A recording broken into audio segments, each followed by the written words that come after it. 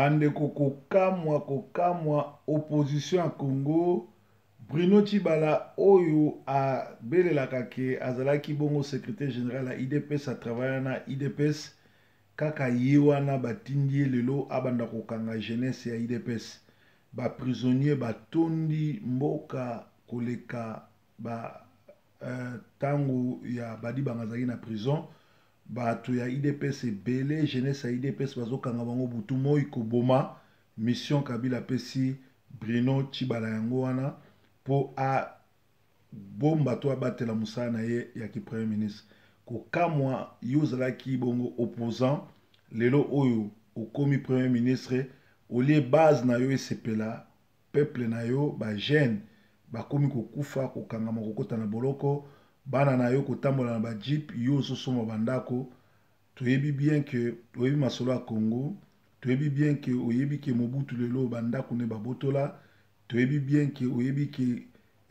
Zoé Kabila abomisa sakombi po abotola ndako et côté ya yo po ndako oyo ozosoma bandako ozosoma to kobotola kango eza mawa mingi kokamwa ba politiciens congolais baza mayele mokuse vraiment ba prison etondi pe banani bazokanga ba combattant ezali bango moko bato bazalaki na kati opposition 6 me baluka 9 me boyeba ke Kabila akokende ye moko te bokokangama pe bokosamba po ete makila nyonso to botangisi na Congo bokofutango. Breaking news toza na ngonga tolandaka chaque samedi tolandaka rétro de la semaine ezalaka actualité sur tout ce qui s'est passé na Congo ezala na Congo ou na diaspora congolaise yango toyelaka bino na bandako na bino lelo samedi toza bongo le 2 septembre lelo koni to remarqué le 31 août ezalaki mokolo ya suka oyo seni fala bimisa calendrier mais qu'est-ce que nous avons remarqué le 31 août est passé ni le calendrier électoral ni la date pour les élections où l'alternance a été donnée donc la CENI alias Kabila et le PPRD se moquent du peuple congolais. D'autant retenir que Seni Nanga Oyaza spécialiste ya ba tricherie. D'ailleurs, Bogomona que Nanga complote quelque chose parce que comment na ba province Moussousou eza moqué par rapport ya 18 Katanga lezaki ya kosangana ezaki bongo na 18 localités ba population ezobima ebele na bamboko bato baza mike mais koleka Kinshasa koleka Katanga c'est-à-dire Nanga azo gonfler ba kombo ya lokuta na ba fichiers électoraux to fichier électoral tout simplement bazo na ba tricher alors tricherie na bango ezali baza na option mibale en réalité vrai dauphin ya Kabila eza Robert Wale Rwandais mais bali koloba ngo te siko ba lancer nièce ya Robert Wape nièce ya Kagame na kombo ya Monique azali rwandaise na uti kotal sabino ba élément ya azali rwandaise pe ba lancer ye pe ba zoba na ba inconscient na ba incivique ya ba congolais ba komi déjà kokumisa ye mais botala mbunzo wa mwana mwasi wana bokomona kazali rwandaise azali congolaise te bien que papa naza congolais mais maman naza rwandaise pe abala rwandais bouti kolanda ndenge na tieli bino wango alors lisusu na basango kaka ya Congo eloko foto telemela yango tolobi lisusu boy ce n'est pas la politique qui transforme un candidat en voleur mais c'est ton vote qui convertit un voleur en politicien. Normalement, na mboka nyo surtout esika oyo bato bazali bongo na sous occupation esika oyo mipaya ba ye kozwa pouvoir na makasi bakenda ba élection na bango te ba négocier te ba banana ko benga na bango si maboke ba élection alors vous remarquez que bato nyonso bazolo ba kokene ba élection bazali na bato ba lembongo mais c'est li biso ba citoyen debout to telemela bango tous à l'ensemble tous à la bomoko to benga na bato wana pe to ke na élection Alors na Kenya bouti komona ke nani cour constitutionnelle na bango et annulé l'élection. Mais c'est que Kenya ezali sous l'occupation te, Kenya armée nango ezali infiltré te, Kenya administration nango eza infiltré te, Kenya eza ba Kenyan na ba Kenyan yango ba kenango bongo. Mais na Congo tout ça l'occupation, infiltration na ba collabo yango moni ezopesa ba résultat bon. Mais boza na kimia Kabila biliaki bikoki il faut tambola akende to tokoboma ye. Alors tosengi na Congolais surtout azala bongo na kati ya masolo. Na Kivu bato baza impayé pendant plusieurs mois. Les agents du gouvernement passent la nuit à l'assemblée provinciale. Ba agent ya gouvernement passent des nuits, donc des nuits blanches à l'assemblée provinciale à la Belle Étoile. Donc na ba famille na ona ba na bango likambo ya kokamwa lisusu ba chinois baza ba spare ya piraterie bokomona ke ba pirater mende ya chinois po akosaka asala babuzo bandenge mende asalaka. One exemple ya suivre te mais ezali makambo oyo ezoleka na Congo. Tulobaki ete na Congo nakananga des journalistes français poursuivis par les gardes corps d'un général dans l'enceinte de la MONUSCO. Ce dernier ordonna à ses gardes de franchir les portails de la MONUSCO et MONUSCO comme bazaba complice bazo travailler ensemble na au pouvoir occupation ba protéger ba journalistes wanate ezali mawamini. Alors Kagame a lancé nièce nae au pazali nièce ya Robert Roy na kombo ya Monique Mukuna. En réalité ba changer kombo ba bombi mbunzu nae ya batuti tantôt azola te koti na maneti tantôt azola ta fula na maneti. Mais moi na mwasi wana azali congolaise te, azali bongo ennemi ya Congo, azali rwandaise. Donc esengeli na bino bokeba parce que bomesana kolanda bilanda landa bomesana ko kende bisinga sika ezali mawami. Alors na Congo ba zo continuer ko massacrer ko boma pe bouti kolanda équipe nationale ya Congo et betaki match na Tunisie. Équipe nationale ya Congo défense Nkatu, médiane Nkatu, un entraîneur azobetsa 2 numéro 6. Il fallait betsa Motumoko numéro 6, Mosus numéro 8, Oazo Kitazo Mata, Nenge, Ndekonabiso, Kolunkante abetaka awa, ou Yaya Touré, tout le monde y a ngoté. Donc Congo, tout c'est la mardi, ou peut-être résultat malamu aux malamu. Congo, équipe wana na bakagol, bazamakasi, bakoki ko organiser, bakoki ko mema biso, ko rêver tokende bongo na coupe du monde. Donc ezali ba Sangwa Congo. Lisusu awa balobi pointer du doigt la MONUSCO défend son intervention dans les Kasaï. Tu as vu ce qui s'est passé dans les Kasaï? Ezali est-ce que na groupe moko ya ba révolutionnaire bali bazwa mboka mais ce qui groupe wana ba révolutionnaire bazali toza sous na tina bato ba banda na ba province ba kitate.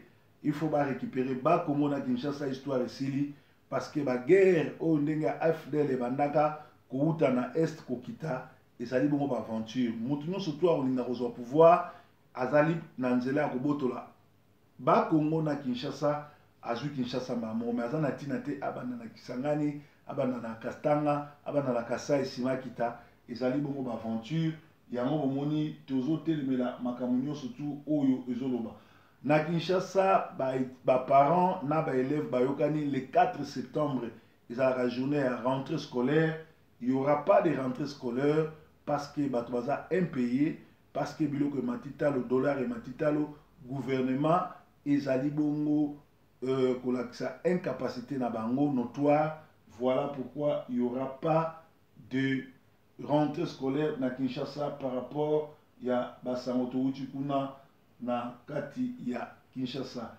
Hôpital général bato bazo kufa na hôpital Mama Emo Namawa parce que ba médecin ba infirmier baza na grève ba boy ko sala misala conscience ezate bolingo ezali te que christianisme ezate eza mawa mingi bato bazotika bandeko na bango kokufa pe ata moko te azoya koaide ndeko na ye. Donc basango ya Congo na bandako na bino totala susu message nini bandeko batindeli biso mpona basango ya Congo awa avant tokoma na suka tokota na religion.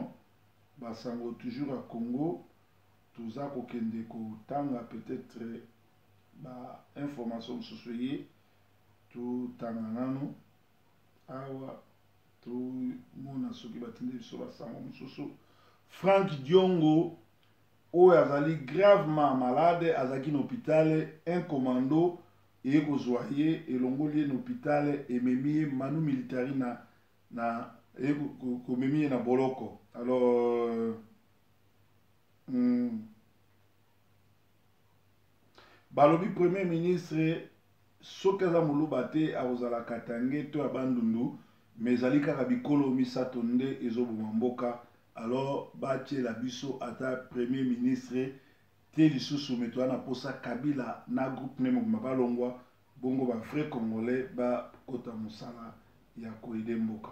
Donc voilà. Qui veut la tête d'honorable Frank Diongo, peuple congolais témoin, suivons à la loupe les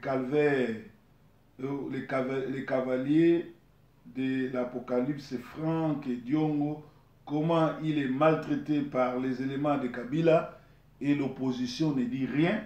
Ses frères ou ses amis ou ses collègues se taisent, personne ne le défend. Il est seul face à l'occupation.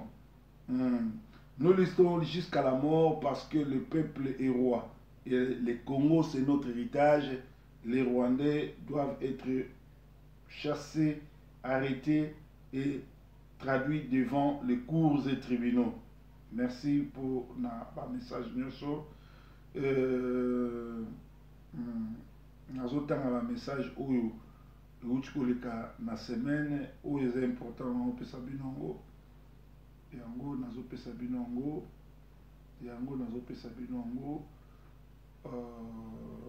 la manifestation citoyenne congolais zaïrois debout ne sera-t-il pas retournée depuis sans le lendemain? Trop c'est trop, beaucoup de mouvements inutiles et inefficaces pour distraire notre combat, notre peuple. Seul le soulèvement populaire et spontané peut sauver les Zaïre et le Congo. Les manifestes des citoyens zaïrois congolais debout adoptés le vendredi 18 août 2017 à Chantilly, à Paris, France, à l'issue d'un conclave de la société civile zaïroise congolaise, dessinent bien des perspectives contrastées et la réflexion pêche par un brin naïveté en préconisant plutôt une transition sans les dictateurs ou sans l'occupant est une concertation nationale pour les remplacer. Il aura fallu s'apercevoir aussi Nazotanga Nakambo Batindelinga s'apercevoir aussi sur la manière de se débarrasser d'un régime de la répression solidement ancrée et sur la récupération de l'impérium, telle est l'avis de M. Kwakale Mubengai Bafoua. Éclairage. Les conclaves de Genval, réunis du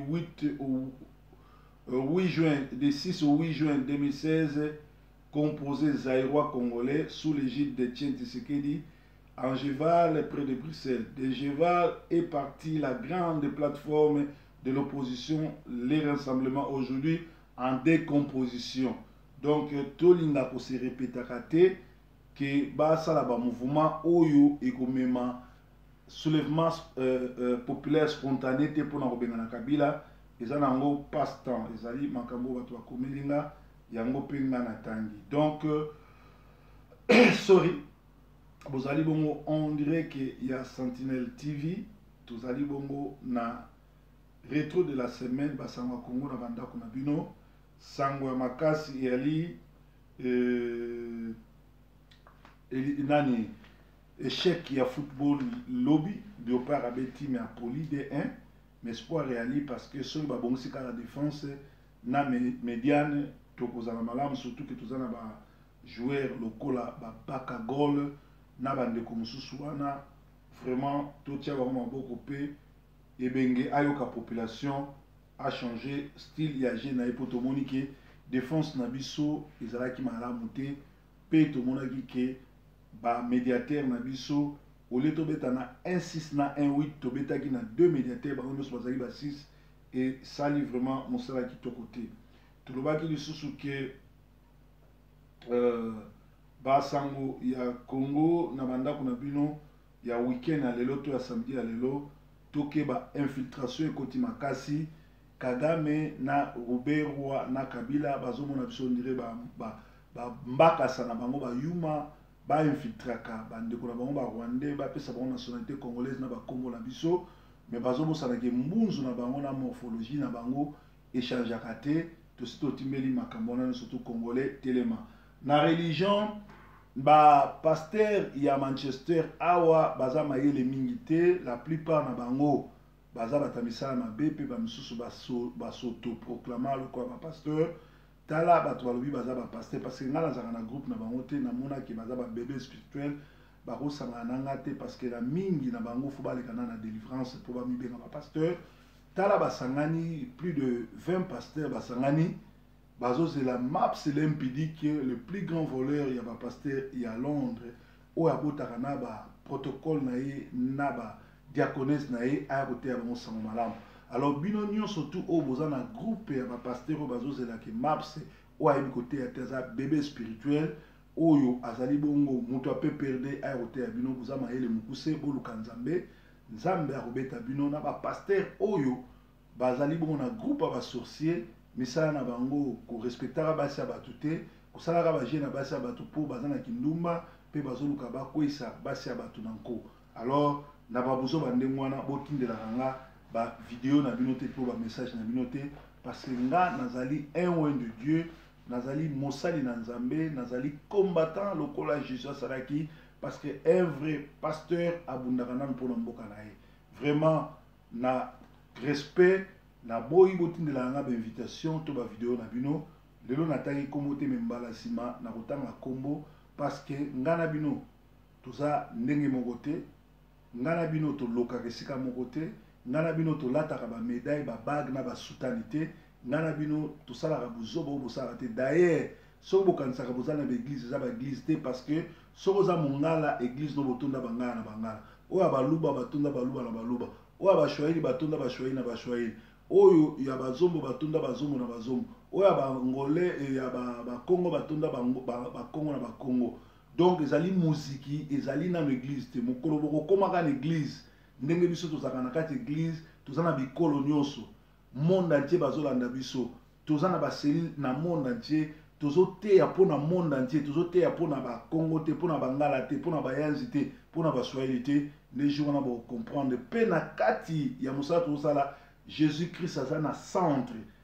Christ est centralisé, il est au milieu de tout. Pour comprendre vos églises, pour le moment, vous allez dans une bande de criminels, bande de bateaux oyo, vous allez envoûter, pour le cas de délivrance aux amalam. Et ça qui retrouve de la semaine, Yesu aza mokonzi, Yesu anzambe. Breaking news, Yesu nkolo.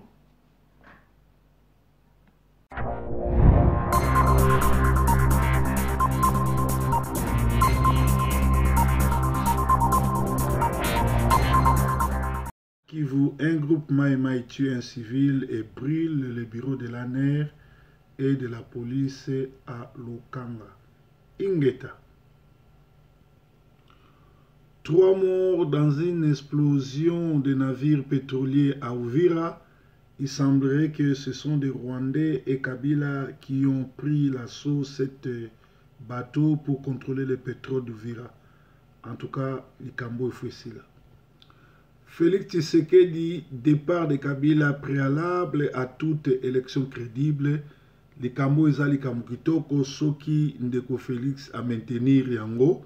Eza malamu mais biso tobanga ba déclaration te parce que ye il semblerait basomba kaye pamba yango ti lelo abimisaka population te mais azane na poto kotambola pe ko régner pour Kabila tika na pouvoir. Mais tout le monde qui a akoli to ndimite ka osala G oyo esalamaki na décembre 2016. Cette fois-ci toujours soyez au sérieux. Awa na tribune ba biso ke Ewanga se mordi la queue. Patrick Kalimba, lecteur de Politico CO, revient sur la sortie de l'ancien secrétaire général de l'Union pour la nation congolaise, Jean-Bertrand Ewanga, qui s'est littéralement attaqué à l'opposant. C'est pas l'opposant, Vital Kamerhe n'a jamais été l'opposant, mais l'ami personnel de Kabila, Jean Ewanga. Paul Kagame akanisi ba Congolais bazali ba bolole na ye botala mwana mwasi bien na kombo ya Pauline azali niese ya Paul Kagame pe Ruberwa. Papa na azali Congolais, mama na azali Rwandaise, ye moko mwana mwasi oyo azali marié na un Rwandais na kombo ya Baringara. Alors soka longoli ekoti botala elongine bien bokomona kokana na Paul Kagame ba bombi elongi na ye balatisi ye chapeau na foulard pour abima candidate ya na présidentielle ya 2017. Entre temps ba bombi vrai candidat au dauphin Kabila ezali bongo noko ya mwana mwasi Ruberwa. Ba Congolais bo fongola miso Pauline oyo azali Rwandaise bota le longi na ye eza longi ya batuti. Alors tout élément tout stopper ba aventure ya batuti au na Congo. Merci. C'est la première femme candidate déclarée à la prochaine présidentielle en République démocratique du Congo, à la tête d'une plateforme composée d'associations et partis politiques dénommée RD Congo Nouvel Horizon, lancée à Kinshasa le vendredi 18 août 2017. Monique Mukuna, une inconnue sur la scène politique congolaise, estime être le meilleur choix pour succéder à l'actuel président de la République, Joseph Kabila. Selon la Constitution et l'accord de la Saint-Sylvestre, ce dernier ne peut plus briguer un troisième mandat à la magistrature suprême. Vous vous dites c'est peut-être un pays qui veut nous imposer cette femme. Peut-être c'est le gouvernement ici en RDC qui veut nous imposer cette femme. Je vous réponds que ma force vient parce que j'ai travaillé à l'intérieur. J'ai vu le potentiel de la RDC. Cela fait 11 ans que je travaille à l'international. Il n'y a pas beaucoup de pays qui peuvent se comparer à notre pays.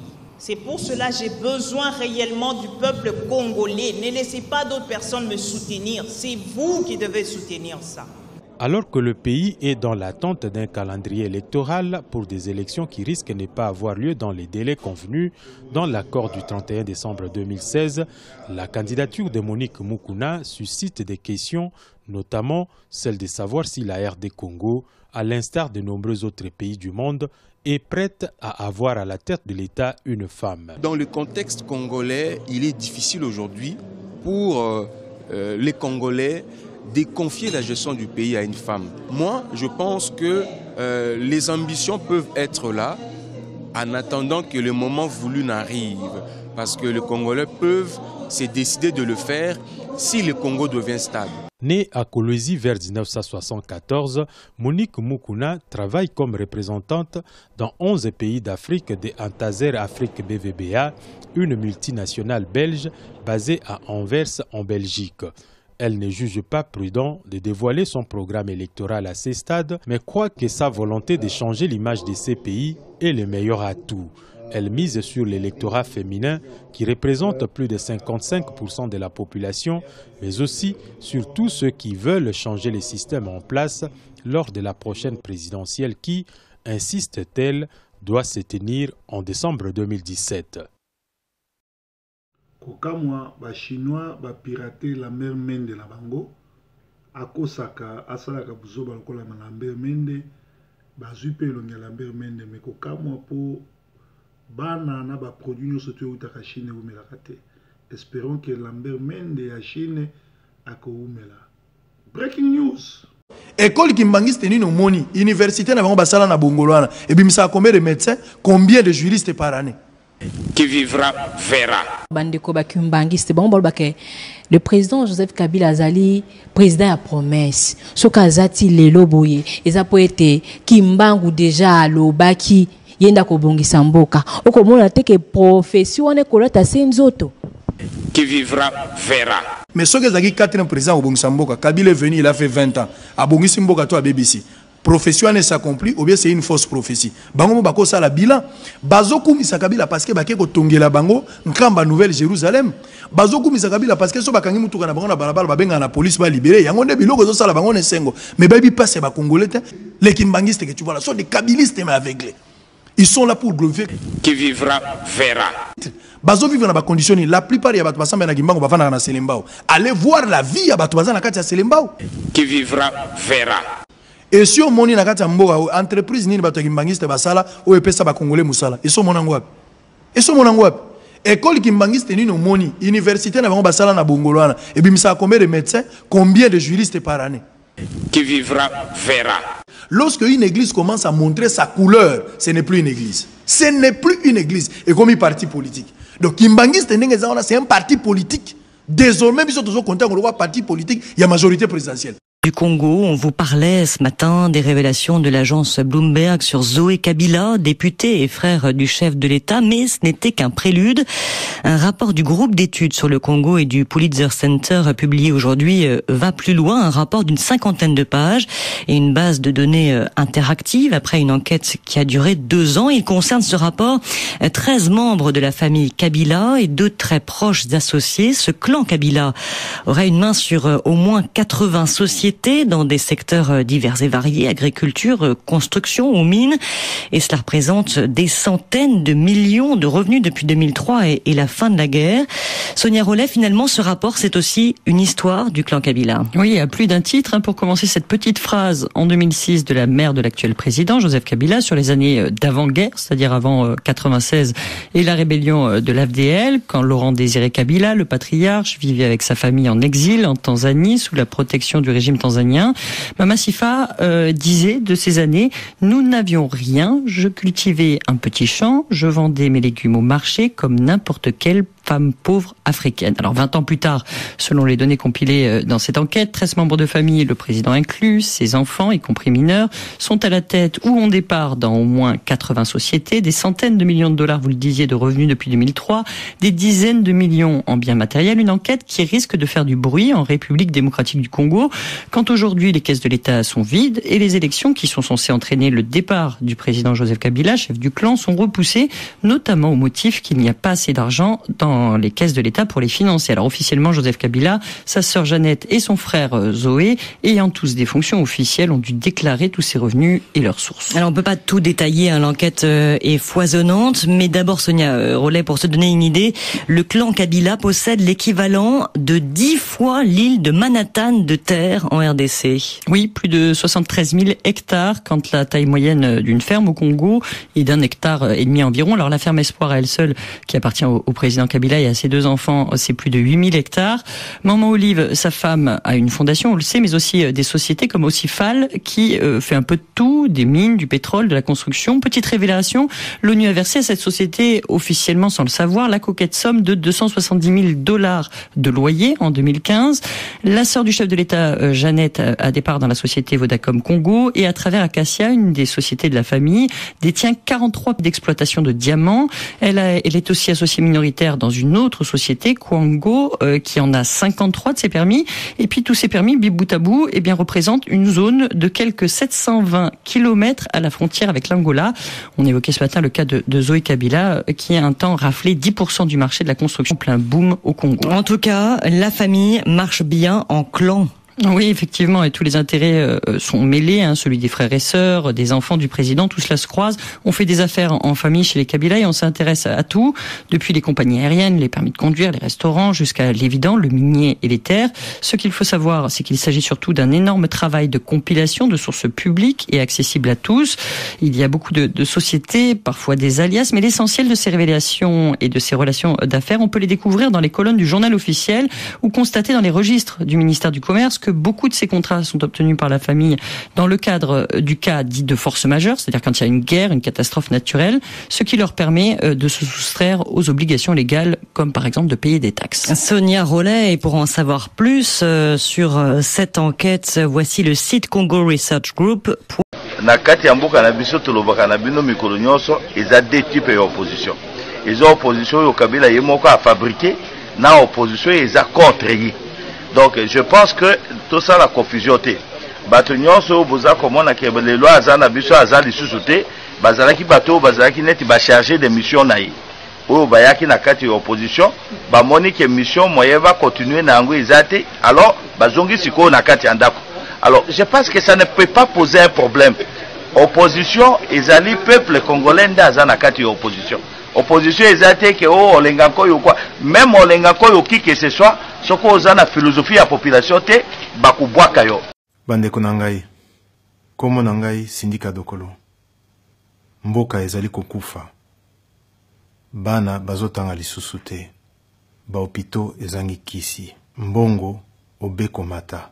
Ti wapi, totelema biso banso, totosa biso nyoso, mobeko likonzi, moto abangisa moninga te, yambala oyo ekoki, esuka, na décembre 2017. Je suis un Congolais debout. Rejoignez-nous sur lescongolaisdebout.com.